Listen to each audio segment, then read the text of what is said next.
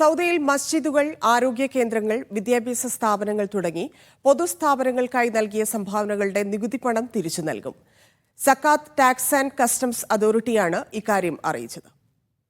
പൊതുനന്മക്കായി ഉപയോഗിച്ച പണത്തിന്റെ നികുതിയാണ് തിരിച്ചു ലഭിക്കുക. മസ്ജിദുകൾ, ആരോഗ്യ കേന്ദ്രങ്ങൾ, വിദ്യാഭ്യാസ സ്ഥാപനങ്ങൾ തുടങ്ങിയവയ്ക്ക് നൽകിയ സംഭാവനകളും ഇതിൽ ഉൾപ്പെടും.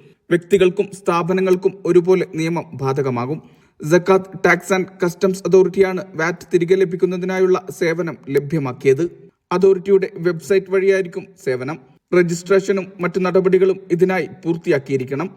ബന്ധപ്പെട്ട അധികാരികളുടെ അംഗീകാരം ലഭിച്ചതിനു ശേഷമായിരിക്കും വാറ്റ് പണം തിരികെ ലഭിക്കുക. നിർമ്മാണത്തിനോ പദ്ധതികൾക്കായോ സംഭാവനയായി പണം നൽകിയതായി തെളിയിക്കുന്ന രേഖകൾ ഹാജരാക്കണം.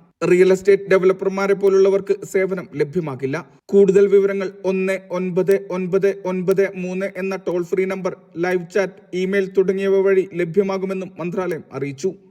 Mishal Cherpulassery, media 1, Riyadh.